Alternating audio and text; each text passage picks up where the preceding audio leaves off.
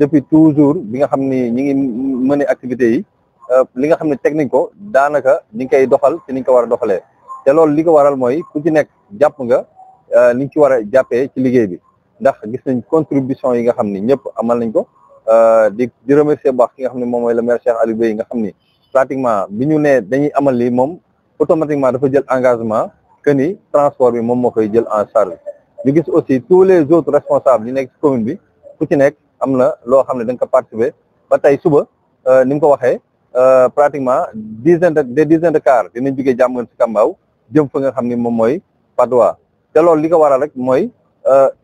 engagement bi nga xam ni militants yi am nañ ko au niveau de Diamaguène Sicap Mbao mu nekk un engagement sans faille ñu gis ni aussi lépp loo xam ni war na militants yi war nañ ko am nga xam ne ci commodité ak ñu nekk ci conditions yu meilleures aussi dinañ ci nekk loolu aussi taxawaay waa Diamaguène Sicap Mbao moom moo ko waral suba nag incha allahu rabbi 10 heures lañ fas yéenee jóge fii ndaxte yaakaar naa 10 heures boobu sax dina xaw a naaj mais comme que moom lañ joxe rendez-vous nañu fexe ba tout le monde respecté ko ndax heure de rigueur la bu 10 heures jotee oto yi duñ xaar kenn dañuy départ jëm fa nga xam ne moom mooy Patte d'Oie kon na ñëpp teel a génn teel a yeewu waajal li nga xam ne moom mooy terrain meeting bi lépp loo xam ne aussi waral nañ ko ak militants yi comme ni ñu ko waxee sànq dinañ ko def incha allah je pense que yooyu yëpp bu ci kenn am xel ñaar conditions yi war a nekk yëpp dinañ ci nekk incha allahu rabbi kon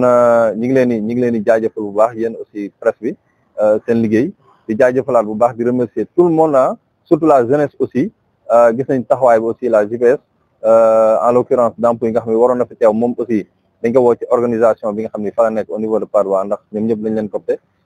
kon ñi ngi leen di sant di leen gërëm ci taxawaay bi dina wax ni suba nag incha allah rabbi du yomb ndax le président Ousmane Sonko li nga xam ne moom la woote ngir Sénégal man dama ni sax Sénégal kese waru ci jariñu mais Afrique daf ci war a jariñu kon na ci ñëpp teew pour l'histoire et pour l'éternité incha allah rabbi waaw au niveau de Diamaguène Sicap Mbao nag dañ ko répartir par zone dañoo ko tas ci 8 zones zone bu nekk am na car soit benn wala ñaari car boo xam ne dina fa jugee ku ci nekk nag dañoo responsabiliser li nga xam ne moom mooy yenn militants yi ba nga xam ne ñoom ñooy gérer car yi nekk ci zone yooyu noonu te def nañ ay publication ñëpp gis nañ ko te information yi nga xam ne ñun jot nañ ko am ay retour car yëpp fees na ba car yi dafa ëpp sax par rapport ak li nga xam ne moom la ñu prévoir oon ba lu war nañoo dolliwaat ay yeneen car yoo xam ne dañ ko war a tegaat ci yeneen zones yi ku ci mel ni Sam-Sam ku ci mel ni Fass Mbao ku ci mel ni Sam-Sam 1 ak Sam-Sam 2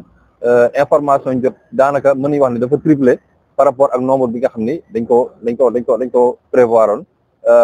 léegi nag ñun bu ñu dajee ñun ñëpp nag dañuy dajee fi nga xam ne moom mooy terrain basket bu Sicap Mbao car yëpp fa la ñuy dajee def caravane une grande caravane di woo ñëpp même ñi nga xam ne ñoom ay oto yu ndaw demandoo fi nga xam ne moom mooy Patte d'Oie incha allah jaa ngeen jëf merci. ñu ngi leen nuyu. waaw ñu ngi leen di fay. donc nuyu en tant que le coordonnateur de Pastef département Pikine ñu leen di wax ñu ngi fii ci veille li nga xam ne moom mooy terrain meeting bi Pastef war a def le 8 novembre seen wàccaay yéen en tant que Pastef commune Diamaguène Sicap Mbao. waaw tey ñu ñëwoon fi rek comme ni ñu koy defee yaakaar naa ñu def feu de joie partout ku ci nekk ñu koy wane donc ñu bëri ñu ngi ci esplanade ba mais ñu choisir def si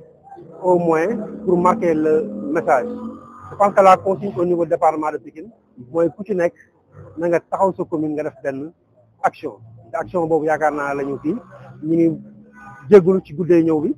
parce que quand même dañ nekk ci organisation bi am ci ay responsabilités donc moo tax mun ñu woon teel a ñëw mais dañuy wax rek ni bisu tay bi bis bu am solo la parce que quand même parce que am na lu mu dund ay années ay sacrifices ay jafe-jafe lépp ay nit yoo xam ne xamuñu leen ba léegi nii mun ñu leen ràññee def ko ba pare tëdd seen kër donc di xaar ci ñun ay résultats di xaar ci ñun taxawaay boobu yàlla def nguur ñëw suñu loxo ñu dénk ñu état donc ñu doxal ko lu mat presque 1 an et demi donc 1 an et demi c'est important pour benn mandat boo xam ne pour 5 ans la donc baax na pour ku fekkee dañoo bëgg a jël réew mi téye ko ci 50 ans ñu marqué l'histoire mooy li nga xam ne fa lañ waroon jaar ak li ñu waroon xeex pour am suñu souveraineté pour moom suñu bopp pour moom suñu réew am na ay jéego yu mag yuñ ci teg jéego yooyu nag saa yoo ko yëkkatee dafa bari lu ñi nga xam ne ñoo nootoon saw askan bëgg a utiliser contre sa askan ñu jàpp ni jot na pour ñu wax ak askan bi jot na pour ñu wax leen ni fii lañ jógee jéego yi lañ teg fii lañ bëgg a jëm ñi nga xam ne bëgg nañ dem ci moom seen bopp dañuy ñëw ànd ak ñun muy patriote yi su may wax patriote d'une manière globale laay waxuma rek ñu nekk ak ñi ñu àndal ak ñu gëm projet bi dañuy ñëw ànd am ñoo xam ne ñoom jàpp nañ ni projet bi bu sottee ñoom niñ doon amee toog muy dox niñ doon jëlee xat dëkk bi di ko détourner ak ñi nga xamee ne nootoon dëkk bi di leen imposer ay plan de restructuration ak lu nekk di leen imposer ay bor yoo xam ne sax soxlawuñ ko wala di lépp ci anam goo xam ne fi ñu ko jëmee baaxul wala boog di lépp ba pare dootuñ xaar fi jógee moo tey mu indi def cachet yi ak yu demee noonu loolu nag ñu war a am suba suñu guide de la révolution muy le président Ousmane Sonko war a taxaw wax ak askan bi war a wan aussi ñi nga xam ne ñoom la ko fekkal que population ak peuple Sénégal duñu arrière dañoo jël benn destination boo xam ne duñ ko wàcc mooy dañoo fas yéene moom seen bopp moom seen koom-koom moom seen alal ba pare doxalee ko comme ñoom ni ñu ko bëggee kenn dootu ñu imposer kenn dootu ñu dicté na la ñuy demee donc loolu moo indi woote suba bi te jàpp naa ni woote bu am solo la woote moom suñu bopp la woote ci jàmm woote aussi ci unicité pour ñu ñëpp ñu ànd nekk benn mais woote aussi pour képp koo xamee ne bi nii dafa nga fi njuuj njaaj parce que am na ñoo xam ne fekkoon nañ ci seen bakkan am na ñoo xamee ne bi nii duggoon nañ kafatu defuñu dara tey seen njaboot tas na am na ñoo xam ne gaañu nañ ci gaañu yoo xam ne xamuñu kañ la ñuy wér donc baax na nag ñu marqué aussi étape bi nga xamee ne bi nii liñ doon gëstu ak li ñu doon def dem na donc moo doon wax ñu naan avant le 8 dina am suba le 8 dinañ wan àddina bi yëpp que Sénégal taxaw nañ ci ginnaaw président Ousmane Sonko pour changer Afrique pour changer Sénégal suñ ci jógee nag décision yi ñu war a jël yëpp ba dëgg ñu lalu teg fu mu war a tegu ba képp koo xamee ne bi nii jël nga fi la fi moomul nga delloo si ko képp koo xamoon ne aussi defoon nga fi loo xam ne jaaduwuñu teg la ci yoon boo xamee ne bi nii duñ ci jeng duñ ci ëppal dañ koy teg ci lu waa dëkk bi wax kon jàpp naa ne loolu mooy message yi nga xam ne tey bëggoon nañ ko marqué fii ci Diamaguène Sicap Mbao nag ñu am section communale boo xam ne bu am doole la bëri na fu ma jaar yeneen communes yi avant may egsi mais di wax ni toute Pikine est en ébullition tey siège yi pratiquement dafa nar a dox ba fajar donc ci organisation ci préparation ñu am lu rëy nag pour la première fois l'un des rares départements yi war a yóbbu plus de 100 cars yi war a jóge fii département de Pikine dem peut-être qu'on n'a pas assez communiqué mais il faut ñu xam ni plus de 120 cars nañ fi génn pour dem sur un seul département pour fii rek la commune de Diamaguène Sicap Mbao c'est plus de dizaine de cars à 15 cars donc mu nekk mobilisation bu am doole boo xam ne gëm naa ne ku eggul avant midi sa oto sax dalul mën a accéder donc loolu doy na soo demee nii guddi ga liñ fa bàyyi kenn xamul nu mu toll on n'a même pas pu avoir les places pour les autorités voilà ñi nga xam ne ñoom lañ fa war a teg donc ce sera très dur que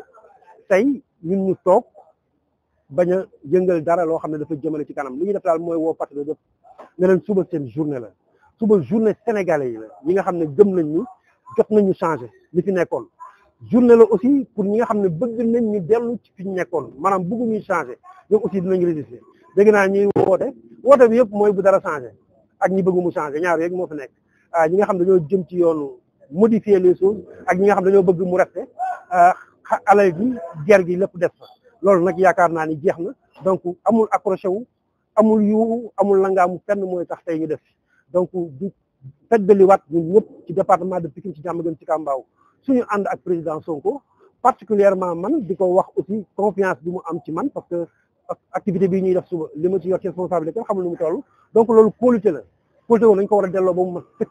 te waa Diamaguène ñoo ci war a jiitu ak waa département de Pikine ñeneen ngi doog cee teg parce que au niveau national lu ci bëri sama loxo la nekk kon yaakaar naa ni tey bañ koo woon defal bis bu mel nii rëcc fi ñu nekkoon ñëw doon na nekk luñ dul mën a expliquer donc di woo patriotes yi di woo sénégalais yi di woo ñu nekk ci grand place yi ci gaar yi ci tefes yi ñëpp nañ ñëw suba incha allah déglu wax ji déglu orientation bi nga xam ne mooy yóbbu Sénégal ci ay lendemain yoo xam ne bi nii économiquement kenn duñu dab socialement kenn duñu dab sur le plan sécuritaire sur le plan de la gouvernance kenn duñu dab sant ñëpp gërëm ñëpp wa salaam jërëjëf